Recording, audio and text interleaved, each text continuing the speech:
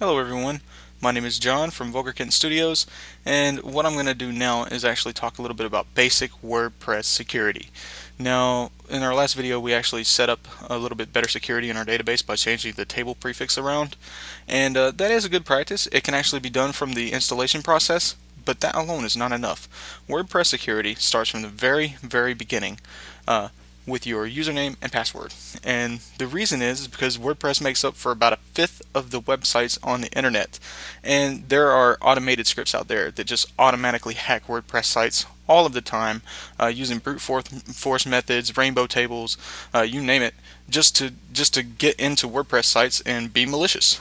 And what I'm going to do is I'm going to show you some best practices that require a human element in order to improve your WordPress security. So the very first thing that I want to do is show you a little program that I find extremely helpful called KeePass. So just KeePass. And you can get this for pretty much any operating system, even Android. You can integrate your KeePass with your Windows machine and your Dropbox and have the same passwords on your phone as you do on your computer. This does two things. First of all, it stores and organizes your passwords so that you don't have to remember a bunch of really complex passwords. And it also gives you a generator so that you can actually generate the most secure passwords possible. And on Linux, all we have to do is just, first of all, log in as sudo, so sudo techas, or log in as a sudoer. And we'll apt get update.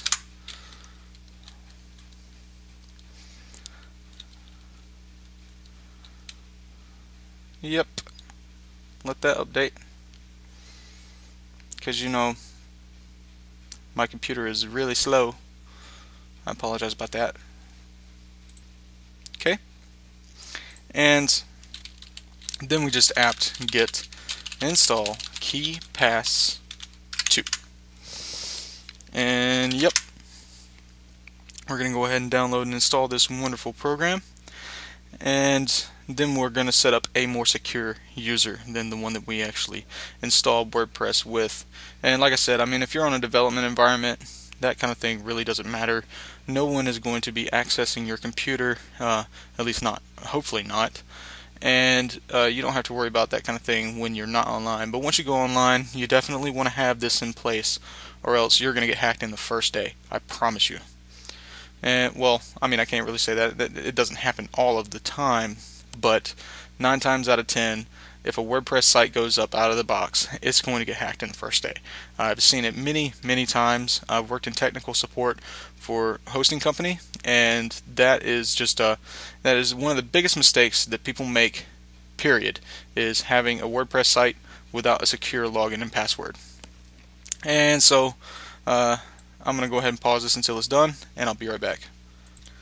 Okay, it looks like I actually, what I needed to do, it hung there on me a minute, and what I actually had to do was just actually go to KeePass after it already installed and open the program, and that forced the terminal to continue. And so now I have KeePass open, so this is good. And we're going to go through this just a little bit. We can go ahead and come over here and make a new entry, and I'm going to store that in my documents, and I'm just going to call this, let's see, what's going on here? Do I have to sudo it? I probably have to sudo it. Let me go ahead and just sudo that. So KeePass 2. And this should open back up. Yep. Okay, so I'm going to go ahead and create a new, and I'm going to come into my computer, I guess. Well, no. Let's try to find a good place to put this. Put it on my desktop, I guess. Recently used.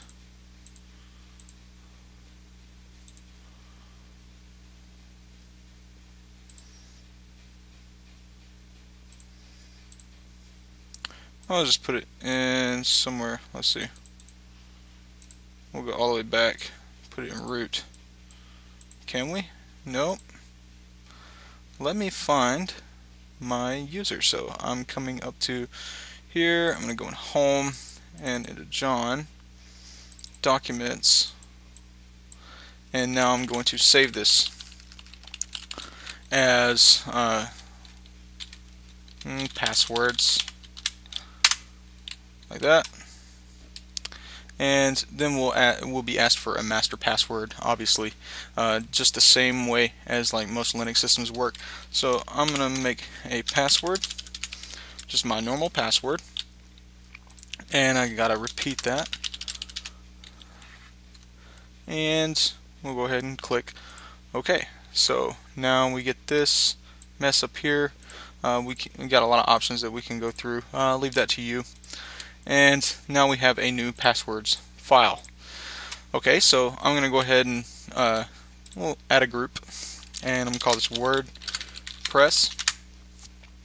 And you can change the icons and things like that. I don't really want to get into that, but let's go ahead and we want to create a new key. So I'm going to go ahead and select this, and I'm going to click the key. We'll add the entry, and add the title, WP admin, and the username I'm going to go ahead and set that to the almighty John Manning, just something really random. And we can click this key here, and we can actually open the password generator, and we can decide what kind of characters that we want to include. I recommend leaving it at the defaults for the time being, just because you don't want to have any crazy characters in your form fields. And we can actually give it a length too, which maybe, yeah, it looks like it's kind of cut off right there. But we're gonna go ahead and click OK, and that's not really what I wanted, so I'm gonna get rid of this because I don't want that long of a password. It may be longer than the amount that we're allowed. So I'm gonna make this a 60 character. Hopefully. Yep, okay. So now we have that entry, and you can add notes, URLs, blah blah blah, but now we have that. So now we can just right click, and we can copy the username, and we can copy the password. So that just makes it really easy to manage your passwords and everything. So let's just jump right into it. And I'm going to go into WP-admin, and we're going to go to users right here, and we're going to add a new user. And the user that we're going to add is obviously in here, so we're going to go ahead and copy the username, paste that in, and copy the password. Okay, so we'll paste that in here, paste that in twice, give it the email, and the first name, last name, website, whatever, and we'll go ahead and add the user. Okay, so now we have that in there. Let's go ahead and log out. So I'll log out of here, and go ahead and copy the username and copy the password. Go ahead and log in. And well, it looks like I actually need to make him, I need to give him some better rights, so I'm going to log out. Just log back in with my administrator here. Go to all users, the almighty John Manning, and we want to give them an administrator role, and update the user.